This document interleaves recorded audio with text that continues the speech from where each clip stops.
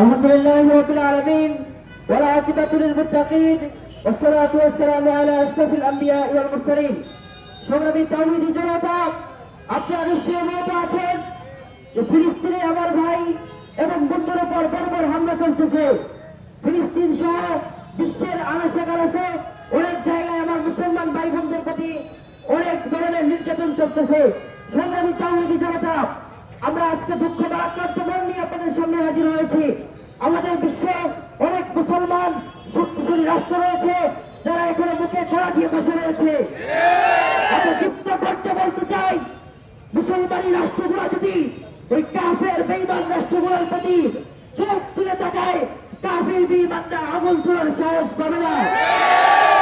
মুসলমানের ইতিহাস, বদরের ইতিহাস, বদরে ৩১৩ জন সাহাবী নিয়ে হাজার হাজার কাফের বেঈমানদের মোকাবেলা করেছে মুসলমান। বদরে ৫,০০০ ফেরেশতা পৃথিবীতে এসেছিল, আজও কি সেই ৫,০০০ ফেরেশতা নাই?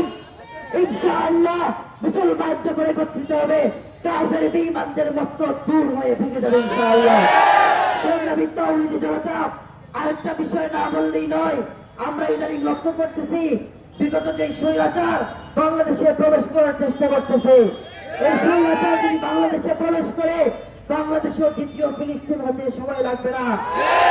আমরা দীপ্ত কণ্ঠে চালিয়ে দিতে চাই, ওই স্বৈরাচার যদি বাংলাদেশে আবার আসে, তার ফাঁসির রায় হওয়ার পর আসবে।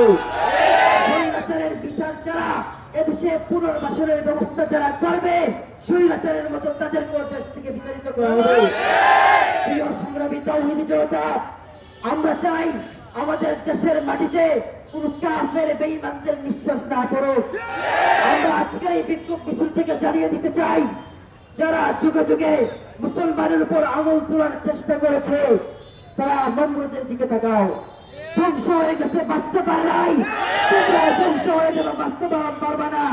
আমরা আজকে দুঃখ ভারাক্রান্ত মন নিয়ে বলতে চাই, গাজা ফিলিস্তিন একদিন স্বাধীন হবে ইনশাআল্লাহ। কিন্তু যারা আজকে কাপুরুষত্বের পরিচয় দিতেছ, কালকে কঠিন হাসরের ময়দানে আল্লাহর সামনে কি নিয়ে দাঁড়াবা? যারা চুপ থেকে মুখে কড়া দিয়ে বসে আছো, কালকে আল্লাহর সামনে কোন মুখ নিয়ে দাঁড়াবা? আজকে আমার মা বোন ভাইরা, ছোট ছোট বাচ্চারা কান্না করতেছে, অসহায়ত্ব তাদের প্রকাশ করতেছে।